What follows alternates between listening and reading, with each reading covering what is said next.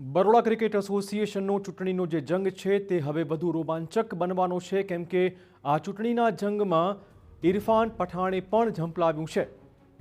ઇરફાન પઠાણનું સત્યમેવ જયતે આ ગ્રુપને ખુલ્લું સમર્થન જોવા મળી રહ્યું છે. બીસીએમાં પરિવર્તન લાવવા ઇરફાન પઠાણે અપીલ પણ કરી છે. ઇરફાને સોશિયલ મીડિયા પર વિડીયો પોસ્ટ કર્યો હતો.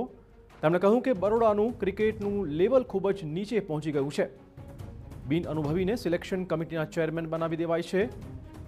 બીસીએના પદાધિકારીઓને સલામ ભરો તો જ જોબ મળે છે. આ તમામ પ્રકારના ગંભીર આક્ષેપ તેમણે કર્યા છે. ઉલ્લેખનીય વાત એ છે કે આવતીકાલે જ થવાની છે બરોડા ક્રિકેટ એસોસિएशन की चुटनी.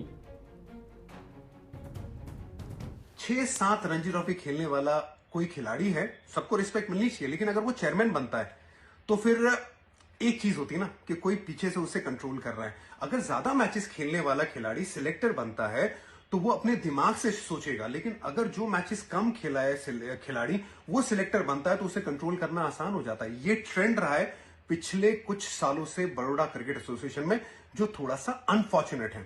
बड़ौदा क्रिकेट में जो कोचेस हैं, क्यों अफगानिस्तान के साथ जाके कोचिंग करते हैं लेकिन बड़ौदा में उनको रिस्पेक्ट नहीं मिलती? क्या रीजन है?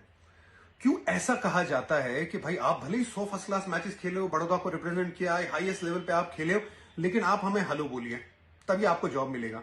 ये सब चीजों को बदलना है और ये बदलाव करने की जो जिम्मेदारी है ना, ये हमारे वोटर्स और मेंबर्स की है. ये करना पड़ेगा, तभी बड़ौदा क्रिकेट आगे आएगा.